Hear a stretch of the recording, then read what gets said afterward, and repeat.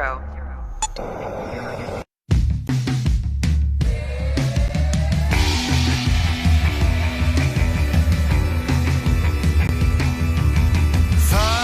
me up, I'll follow you down, all over this lonely town.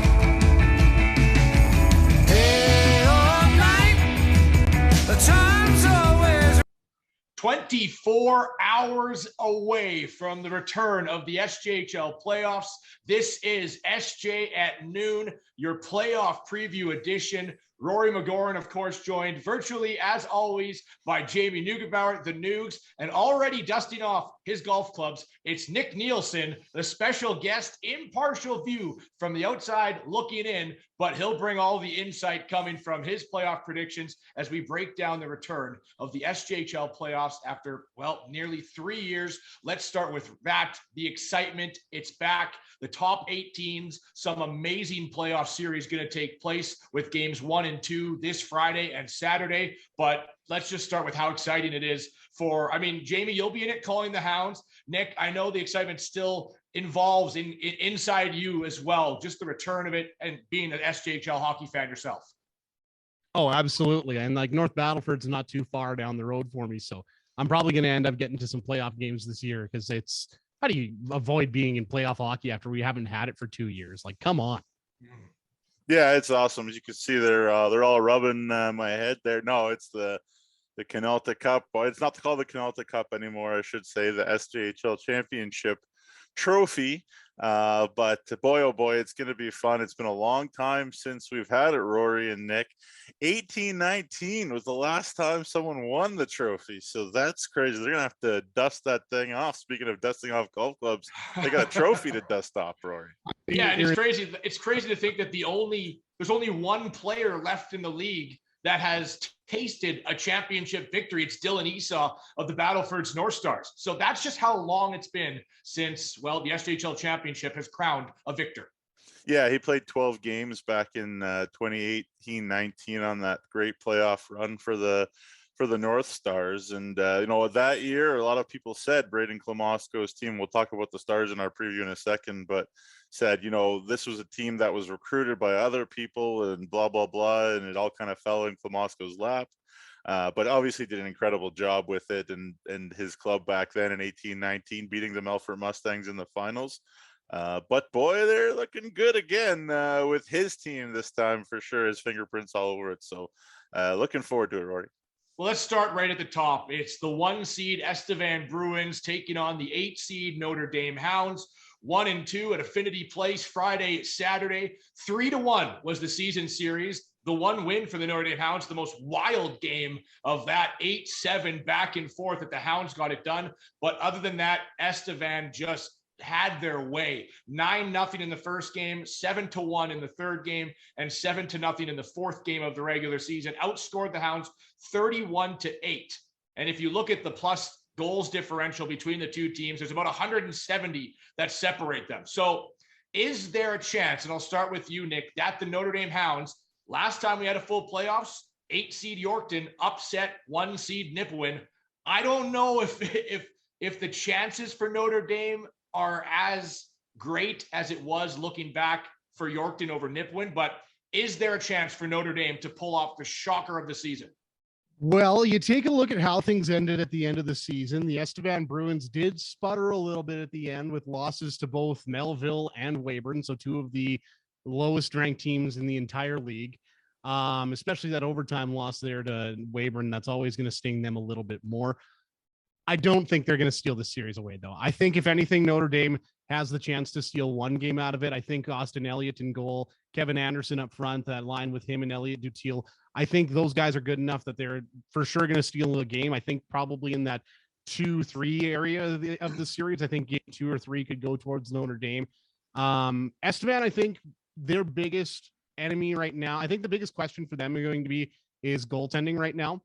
You take a look at how things are. Cam Herdlicka, he's my guy with that team right now. Save percentage above 97.2% in his last 4 starts, plus 2 shutouts in that time. And he also made 2 relief appearances in there too. Below us has been a little bit struggling in the last little bit. In his last 3 starts, he was pulled twice, had a sub 88% save percentage. So I think the biggest answer or question for Estevan going into the playoffs is going to be in net. But I think once they have, I think if they get that kind of first loss, like I said, in game 2 or 3, it's going to kind of kick them into gear a little bit more. I think they might go into that first game, cruise through, put through the effort, get the win. Game 2 or 3, I'm kind of seeing maybe they'll stumble or falter a little bit. And then as soon as they get a loss, they're not going to be able to be stopped, and they're going to end up winning that one in 5. Nugsy, before we get to your point, I kind of have a little storyline that I think encapsulates all 4 series, right? And the one for this one is believe, because no one believes the Notre Dame Hounds can get it done. It's got to start in the room, has to start with the leaders, and the leaders, we know which 5, including the goal, or 6, including Elliott, have to be the best players in the series. You're the broadcaster for the Notre Dame Hounds. What is the belief? Because it's a tough and tall task going up against the Bruins, but you have to think that the leaders do believe for the Hounds. Yeah, absolutely. Being around the team after the last game there, the regular season, for anybody that decided half the series that we're talking about today, ironically, that one game in Wilcox, first intermission, I was like, man, if the guys play like this, then why not? But yeah, certainly they're saying, Rory, all the right things, all the things you expect them to say. Kevin Anderson is a kid that's got all the confidence in the world.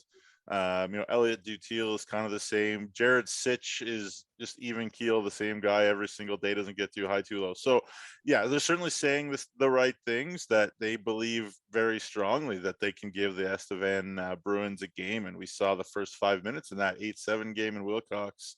The Hounds scored 3-4 goals quickly, chased below us and Hrdlicka back and forth. So, it's going to be very interesting. You talk about believe, the key for me, and I always talk about in upsets, Rory, the thing that you need in an upset, whether it's in a game, it's in a series, it's twofold. First of all, you need incredible goaltending. That's just the bottom line. If Austin Elliott and or Riley Osland, and I really have no idea who it's going to be right now, probably Austin Elliott for game 1, but I don't know going down the stretch. I have no idea. But you need incredible goaltending, and you need incredible special teams. That's 1 and 2 for every upset. And obviously, this would be a huge upset, as big an upset, to be honest, as I've seen since I've come to the SJHL. And the last point I'll make is that key matchup for me is the Notre Dame power play needs to really click. They have been very good all year. 4th ranked team right now going into the playoffs at 21.6%, but that Estevan PK at 90.2%, the most shorthanded goals in the league too. So the Hounds need to have great goaltending and airtight special teams. And 21.6 for the Hounds in the power play. Sorry, Nick, is 4th place, and the Estevan Bruins 22.1. So it is neck and neck, 3rd and 4th in terms of their man advantage, and it'll be a big point in this series if Notre Dame, they're going to have to keep games obviously tight.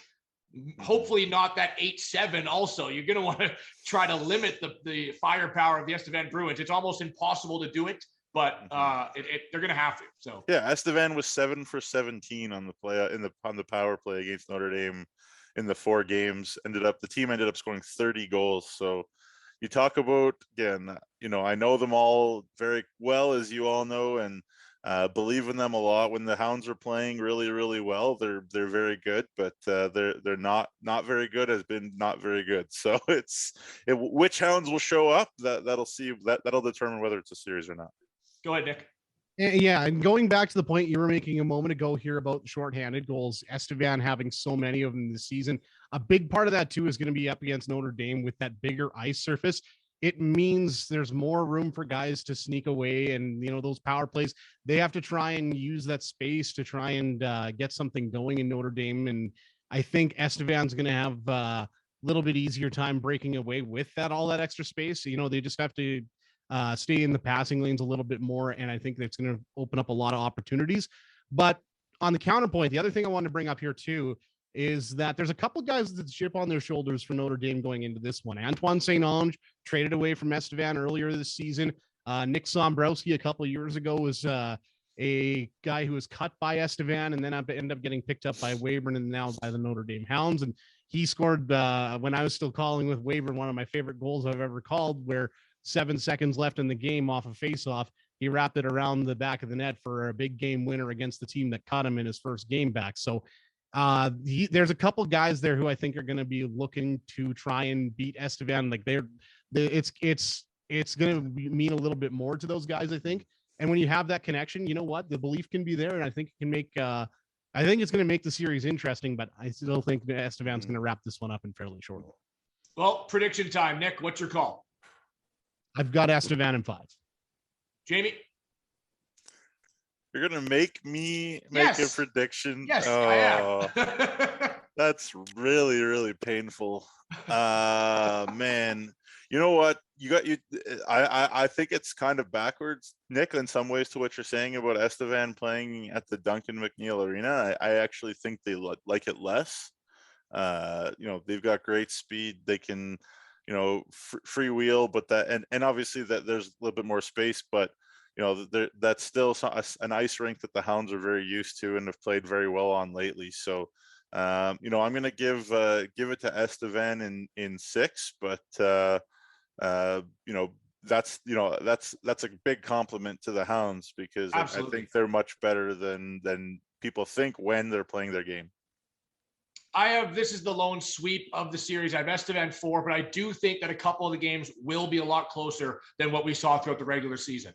I think that Notre Dame's going to put up a fight, but just the experience on Estevan, I think, will take over in a sweep that may surprise a lot of the players on Estevan too, how hard it was, although you look 4 straight games, but it'll be difficult for the Estevan Bruins. I just want to make just like one tactical point here.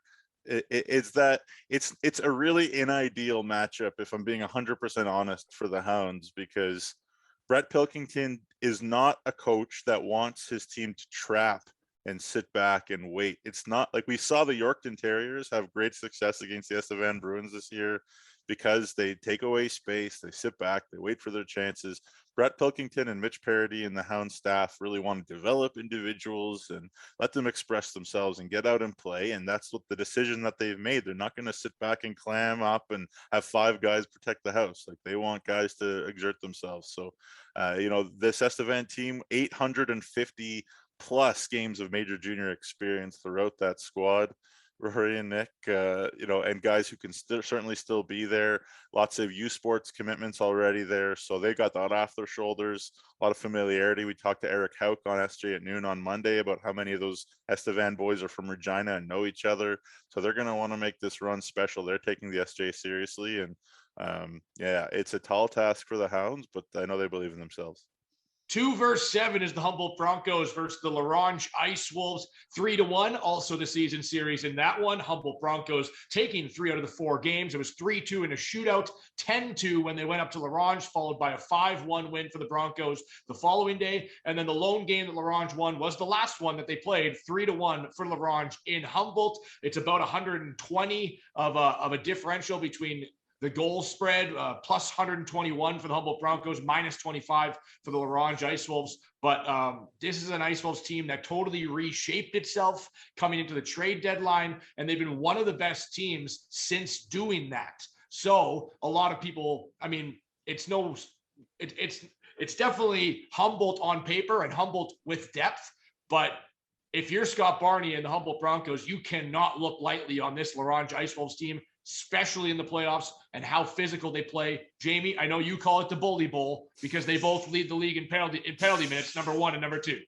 Yeah, 1,500 penalty minutes plus for each of these teams. So they're going to try to destroy each other. Another element for this is that the Ronge Ice Wolves and Humboldt Broncos have not played each other since November the 25th. So any kind of image that the Broncos have in their heads of shellacking, and I mean shellacking the Ice Wolves in Ronge back then, are done. And I think the last time they played, I believe the Ice Wolves won. So 3-1. Yep. Yeah. So it's a situation where, Scott Barnes is going to have to dig through a lot of video and find out, and we'll see what the Ice Wolves My last point about this is that we'll see if the Ice Wolves, how healthy they are, how much healthy they are. They haven't played, in a while. Their season ended pretty quickly compared to everybody else. So if Holden Knights is right, he makes a huge difference. If McKillen Couture is right, he makes a huge difference. Obviously, the Broncos nick a lot deeper. But you've seen the Broncos much more lately, than I have. But everybody knows how good the Broncos are. Absolutely. I've seen the Broncos 4 times within the last month. We only won one of them. Yay, we won one. But besides that, it was rough going. And I got to say, like, from what I've seen, and part of it's the amount of volume that I saw Humboldt in the end of the season. We saw a lot of Humboldt and a lot of North Battleford, but Humboldt looks just so prepared to play in the playoffs. I mean, there are some games there where the last game we played Humboldt, they absolutely dominated Kindersley all over the ice. Before that, they were close games going into the third. I think it was 3-1 in both of those games. One of them, Humboldt keeps their foot on the throat and wins 4-1. The other one, they go ahead and win 7-1. And that is the biggest factor for me with Humboldt, is that they do not know how to stop. They don't know how to take time off. They don't let you relax in the third. They could be up by 5 going into the final period. They keep the foot on the gas, and that Humboldt does not have a second gear. They have a gear. It is go, and that is it. Ronge, they have, you say they've been one of the best teams in the league, and that since the trade deadline. That's true, but their end of the season was a little bit inconsistent. I mean, you look at what they did in the end of the season. They go up and they split games with a very good team in Flon. They lose 4-1 to a good Melfort team. They win in overtime, but they give up 7 goals to a struggling Melville team. A win over Estevan at the end of February. Good enough and physical enough that I think Ronge is going to be able to take some games from this. I don't think this is going to be a walk in the park, but Humboldt just seems so ready for playoff hockey. They're physical. Yes, they take penalties, but they kill them well. Their power play works well with each other. They've got so many threats from every different angle. They just pour on shots from everywhere. That's the thing about Humboldt, is they don't necessarily worry about the big high quality shots. They just put shots on net, drive it, and will get rebounds. And they've got guys who are skilled enough to get into those positions and take those good high quality shots too. So I still see Humboldt's probably going to take this before it goes to 7, but Ronge is going to batter him. Ronge is going to make this not so fun to play. Yeah, absolutely. You mentioned the second period and what they do moving through the deeper the games get. The Humboldt Broncos 39-0 when leading after the second period. They never coughed up a single lead after 40 minutes of play all season, and took 39 of their 45 games that they won. They were leading after the second. It's not like they needed to come back in the third very often or tie game in the third very often. 39 out of 45 wins. They were leading heading into the third period, and they did not relinquish a single one of them. To me, my storyline here is the penalty kill. Nugsy mentioned it, the bully bowl. Both teams lead the league in penalty minutes. You know it's going to be physical, but how can teams stay disciplined? Because the Humboldt Broncos have the number 1 penalty kill. The Ronge Ice Wolves have the last place penalty kill. It's a big discrepancy as well. The Broncos 90.9 and Ronge at 74% successful on the kill. So if it does get physical based off the season, you are a little bit undisciplined, let's say. Based off the season, it looks like the Broncos can handle killing penalties. Ronge, I think if they get into the same situation, the Broncos can end the series quick. Yeah, it's a good point, Rory. Over the regular season, the Broncos power play against Ronge was 30%. So, it's a thing where in that rink, Kevin Kaminsky and the Ice Wolves want their team to play with brawn and bravado and machismo and hit people and be physical and be a little dirty. But, that's fine and well until you start taking penalties. And I talked to Jordan Fry, the one-time Ronge Ice Wolves goalie, who's been a great broadcaster and friend to all of us, over this year and hopefully beyond. And he said, the Ice Wolves can play if they just play hockey, like if they stay out of the box. And, I always like to think that in that rink in Ronge, both the Ronge's power play and the other team's power play should be really, really good, because, you don't have time and space to hang on and think too much. You got to have a simple power play and pound that puck on and get to the blue paint and bang it in. And this Broncos team, Nikki, you said it.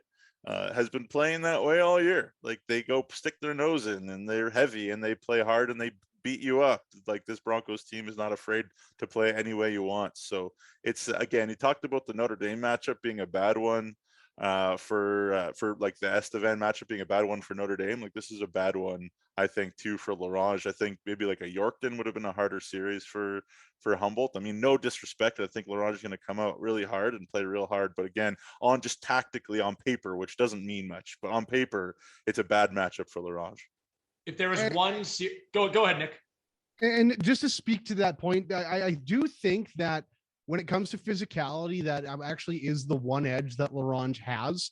I think they've got enough guys in their lineup. Like you're looking at Brandon Della Palora likes to mix things up a little bit. Aaron Gray Eyes, he's one of the more skilled guys for Ronge. Oh, he's still injured. Mm-hmm. I didn't realize that. Well, that changes things up a little bit, but still overall, I think through the lineup, Ronge just plays a bit. Their style's a little more geared physically. I think Humboldt's very capable of playing that physical style, and I don't know if it's going to be much of an issue. I just think that if Ronge does want to get the wins in this series, they're going to have to try and enforce that physicality and slow the game down a little bit more. Well, and that's it, right? Just quickly, sorry, Rory. Slow the game down is the key thing, because this Humboldt decor managed that puck so well. They don't turn things over. They don't make mistakes. They keep it simple. They get it up to their forwards. So the Ronge, you can see 2-3 guys swarming a lot in the O zone for Ronge. So this Humboldt D bypasses them, bing, bang, boom. All of a sudden, Alex Soretsky's way up the ice. All of a sudden, Connor McGrath is way up the ice and has a 2-on-1, a 3-on-2. So, that's kind of what I mean by it's on paper, the styles are not a great matchup for Ronge. Final point for me is if there was a series that a goaltender needs to steal, it's Xavier Cannon and the Ronge Ice Wolves. It's this one. You look at Race Ramsey is the #1 goalie in the league. The forwards group is deeper. The defense group is deeper for Humboldt. But Xavier Cannon is the X factor in this series. If he can steal a game in Humboldt and a game at home and you're tied 2-2 going into game 5, this is your goalie that needs to steal the series. My prediction, though, Humboldt in 5, they win it at home. I have the same thing written down, Humboldt in 5. I'm not going to make any friends here, but I'm going to go Humboldt in 4. I think it's more of a sweep than the Estevan Notre Dame series. Let's go on to 3 versus 6. Nick, before we get there, I know you have a hard out time. So if you do have to dispatch early, feel free. It's totally okay. We understand. But let's get into... You good? I took time to set up this jersey hanging up here in my office. He's sticking around. 3 versus 6, the Melfort Mustangs and the Yorkton Terriers. I'll just go right to my storyline in this one. It's mistakes, because I think these two teams are possibly the most underrated neutral ice teams in terms of stuffing up the blue lines, forcing mistakes, and capitalizing on them. So mine is, which team can be cleaner throughout a series? A lot of people, if you ask, it's Melfort in a runaway early. 5 seems to be the consensus, maybe 6. I think this one is not being looked at as strongly enough for the Yorkton Terriers, making it a series in 7, possibly winning it. I don't know who these people are, or to be honest, like. Well, you look online, and a lot of people are picking Melfort. Like they'd have 90% of the votes. Well, yeah. Melfort hasn't lost in regulation in a month, so fair enough. Melfort's coming in playing great hockey. There's no question about that. But in a lot of ways, so are the Yorkton Terriers. Like Matt Hare's guys, again, they play such a structured game. Neither of these teams have a lot of guys in the top 20 in goals. So I don't go expecting a goal fest. Obviously we have Cale DePape in one net, Joel Favreau in the other, Trevor Blevins' system for Melfort. We've got Tyson Jansen and Parker Jasper playing, 60 minutes. If Matt Hare could play Tyson Jansen and Parker Jasper as a pair for 60 minutes, maybe throw in some Sklaruk in there, but that they're going to see a steady diet of those two that are the Melfort Mustangs, and they sit back, they wait, they'll be patient, hope for a couple of some magic from Keyshawn Gervais. It's going to be no fun for the Melfort Mustangs. And you're absolutely right. Before I throw it to you, Nick, there, if you take the 2 leading scorers off each team and then combine their total points, this is the lowest total you'll get. Nolan Dole with 60, Keyshawn Gervais with 43. So it's 103 total points for the leading scores. It's the lowest among all series. And it's also the tightest in terms of head-to-head goals. Melfort did win 3-1 in the season series, but the goals for was 12-11 across those 4 games. So you're looking at a series that's going to be hard to get scoring opportunities. They better capitalize when they do. 2 outstanding goaltenders, Cale DePape. Melfort actually has 2 outstanding goaltenders. You'd think it'd be Favreau off the bat, but they're not afraid to throw James Venn in there if they have to. I think this one, it's going to lean heavily on defense, on goaltenders, and on mistakes, preventing them and capitalizing on the other teams. It's kind of a unique situation for Yorkton because with Matt Harris teams, you're used to seeing 2 things. A real standout goaltender, which Cale DePape's great, but I don't think the same quality that we've seen from Yorkton in the last while. You see that real standout goaltender and you see fast-paced, high offensive movement. It's so different this year, right? Cale DePape, he's still great guy, absolutely a guy that you can be confident with between the pipes, but Yorkton's a nasty team to play against now. You take a look at that defense with Parker Jasper and some of the other guys they have on there. It's going to be hard, heavy hitting hockey in Yorkton's own zone. Melfort, I don't know who I like better. Melfort is coming in, I think, is the hotter team right now. 10-game point streak, and in the 11 of their last 13 games, they had points as well. A lot of scoring done by committee. They are very good through the middle, like you said as well. Yorkton, they finished the season with a bit of an easier schedule. 2 out of their last 6 games were against non-playoff teams, and the only game of those last 6 they lost was against the Notre Dame Hounds. Prior to that, they have wins over Flin, Flon, and Ronge, and a close 3-2 loss with Estevan as well. They play heavy. They play mean. This is not going to be a cakewalk series for either team.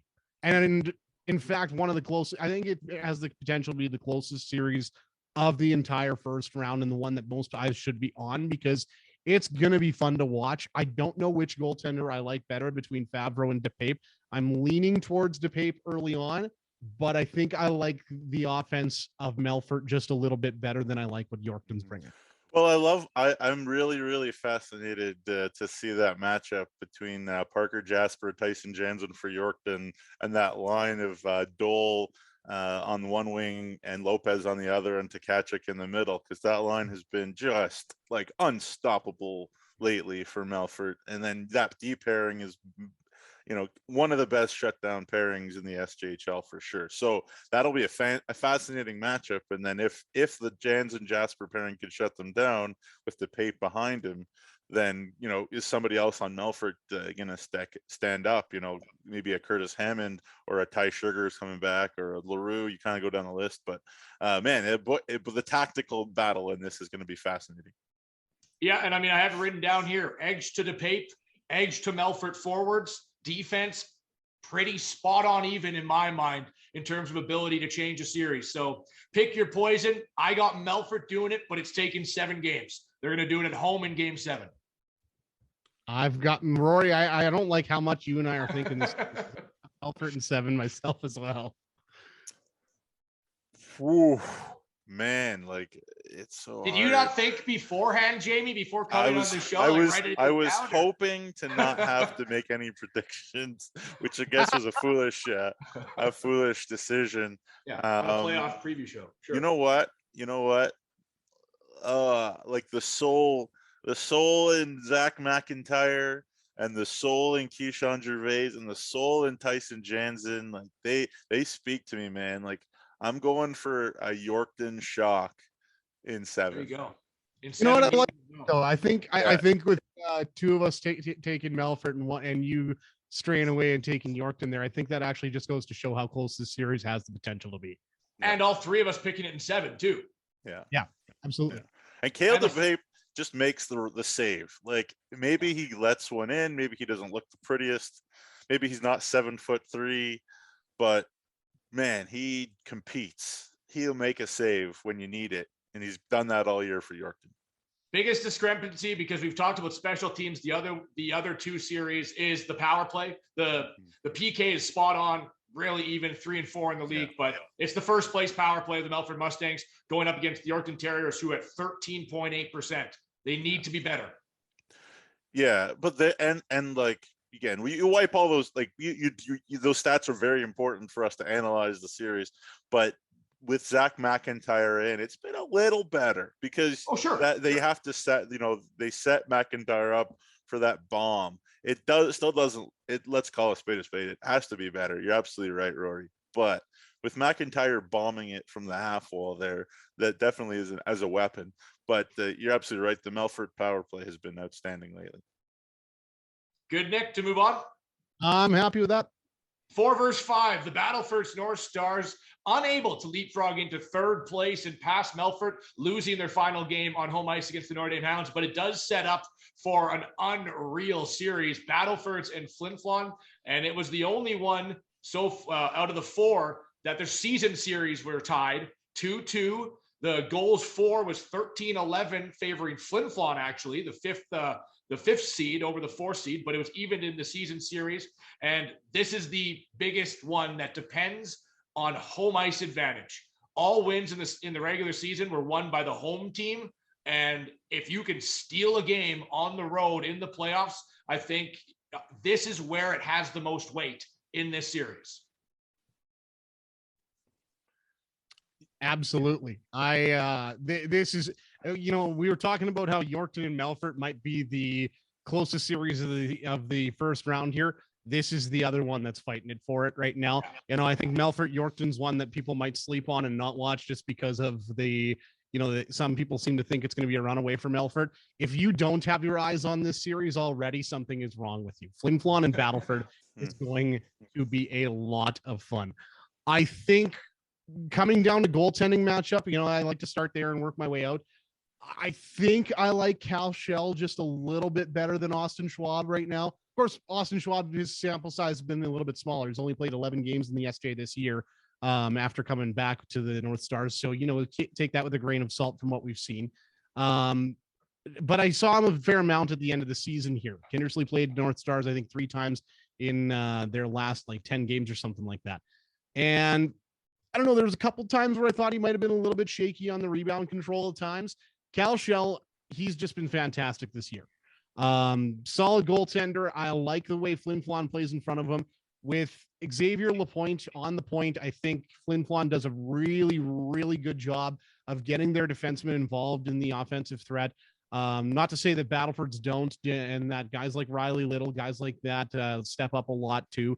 We've seen Sam Steele step up. Sam Witt gets into things. Wilson Steele and Sam Witt stepping up into things a lot with that team too as well. So there's it's a really even matchup again, where it's kind of like, I think Flin might have the edge goaltending. Defensively, it's hard to argue against Flin having Xavier Lapointe. That just seems like a trump card defensively. And up front, I don't know. It's so tight with this series. I really don't know how it's going to go whatsoever. And that when we first were talking about predictions, I literally just wrote toss up and then go from there. And so I don't know. This is going to be this. I think this series should be the most fun series of the first round. And before you take it, it's the only series actually where the lower seed has a better goal differential in the regular season. Flin plus 48, Battlefords plus 33. So it's the only series with that storyline. And it's weird on that storyline too, because Flin Flon's got 1 less goal than North Battleford so far. I keep calling them North Battleford, but it's the Battlefords. Anyways, Flin Flon's got 1 less goal throughout the season than Battleford does, and yet for some reason I feel like I like their offense better. And I don't know why that is. It's just kind of a based off feeling. Keep in mind, I haven't seen Flin play since January 25th, and it was only 1 game. Before that, it's been since October. So, and that it's been a long. My sample size and what I'm looking at for Flin is a lot of outdated stuff, and they had a little bit ups and downs near the end of the season. But I don't know, just something about Mike Reagan's rink, playing at the Whitney Forum, there's just something about that home ice advantage that they have. I think Flin is able to steal a game in Battleford at some point, but I also think Battleford's got that capability too. So it's going to be interesting to see how this one plays out. I have no clue what's going to happen. Well, to throw some stats at the situation, the Flin Bombers 21-6-2 at home. Battleford's 19-8-2 at home. So Battleford is the best power play in the league at home, 26.4%. Flin is third, But here's the interesting thing that I think gives Battlefords the edge in this series just slightly, is that Flin Flon's goal differential is plus 49 at home, and it's actually -1 on the road. And Battlefords is much more close, what you kind of would expect, like a plus 28 at home and a +5 on the road. You expect like a difference there, but like plus 49 to -1 is tough. But the thing about the Flin Flon Bombers lately that is kind of, you know, the analytics people, maybe, I don't know how closely they're paying attention, but the analytics people got to be scratching their heads, because the Flin Flon Bombers, you know, the last while have not played bad hockey at all. Like, they've put up a lot of shots. They pumped a ton of shots on Austin Schwab, for example, recently when they played each other the third last game of the season or something like that. And Austin Schwab made like 48 or 49 saves for Battleford. So the analytics say maybe that the bounces are going to go Flin Flon's way a little bit more, because they're not playing badly at all, and they have Cole Vardy back. You talk about Xavier Lapointe being a cheat code on the blue line, and he is the best defenseman in the Saskatchewan Junior Hockey League. He's got his buddy with him back now, like, you know, so things are just gotta go in. Things have just got to work out. You think the law of averages say for this Flin Flon team, but you say which team is more likely to win on the road based on the numbers? It's Battlefords, and they've got Dylan Esau, which we talked about, you know, in the lineup. The last thing I'll say is that in 18-19, these two teams played each other in the playoffs in the first round, if you guys can remember. And that game went 7. That series went 7, 4 overtime games of that 7. One of those games went to 3 overtimes, and eventually Battlefords obviously went on to then sweep Yorkton and then beat Melfort in the finals. But that was incredible, and this is going to be incredible. Yeah, it's absolutely going to be a series to watch if your hometown favorite team isn't playing that night, to tune into the Battlefords and Flin Flon. You mentioned it. That 2018-19 series was absolutely insane. Yeah. I just think the Whitney Forum is harder a building to win in than Access Communications Center in the Battlefords. So I think Flin Flon can take one on the road. And then I think they win all the first 3 games they get at home, and they take this one in 6. I'm flip-flopping a little bit. I had it written down originally as Flin Flon in 7. Talking through things and looking at things a little bit deeper, there's one stat that really sticks out to me in this, and it's one that Battlefords really takes advantage of, is that they don't get very many power play opportunities. They, so far in this through the regular season, power play opportunities for Battleford has been the least in the league at 159. That's like 60 less than Weyburn in second in that stat. And still Battleford manages to put up pretty solid power play numbers. Flin Flon, they don't take very many penalties themselves. I think they're sitting 4th in penalty minutes and 2nd last in actual time shorthanded in the year. Battleford's really good at taking advantage of those opportunities. And if they can continue to do that, I think their power play struggled a little bit at the end of the season. If the Battlefords can win the special teams game, I'm going to give it Battlefords in 7. I'm going to switch what I had originally written down. Battlefords in 7. I think for the first time this year, the Flin Flon Bombers are actually healthy. And I agree with you about the Whitney Forum. I don't know about Jake Southgate's health. I don't know. We see Michael Harash, even though Austin Schwab, you talk about him, he had a 940 something save percentage the last 5 games there in the season. But, you know, the eye test is still that this is a kid that hasn't played a ton lately. So it's hard really to judge him. And then he's going into the playoffs in the Whitney Forum with the zoo, they call it, hanging over him. Yeah, I'm going to say that, you know, I love Chile. I love Braden Klamosko, but I'm going to take Flin Flon in 6 just because of the health factor and how many games the Bombers have the Stars have had to play lately, and yeah, just that Whitney Forum factor. So I'm going to say Flin Flon in 6. I'll give you this too. March 15th, I believe it was, if I'm correct, all restrictions in Manitoba lifted. They're later than we are here in Saskatchewan. You're getting your first playoff game as the first game with no restrictions in the zoo. Are you kidding me? That is going to be a wild atmosphere. Yeah. Oh boy. Oh boy, that's there you go. And also, I just want to know if you guys know the answer. Xavier Lapointe ended up leading his team in points at the end of the year. When's the last time a defenseman led his team in points? I'd have to do some serious digging on that one, but I can't remember one. Like any team, like that seems possible. That... No, it's possible. I couldn't think of it when I was trying to. It's like Doug since I've Scott. been here. Well, not in a full season. Oh, okay. I don't know. It's a good question. Anyways, Bombers in 6 is what you said too, Nugsy? Yeah.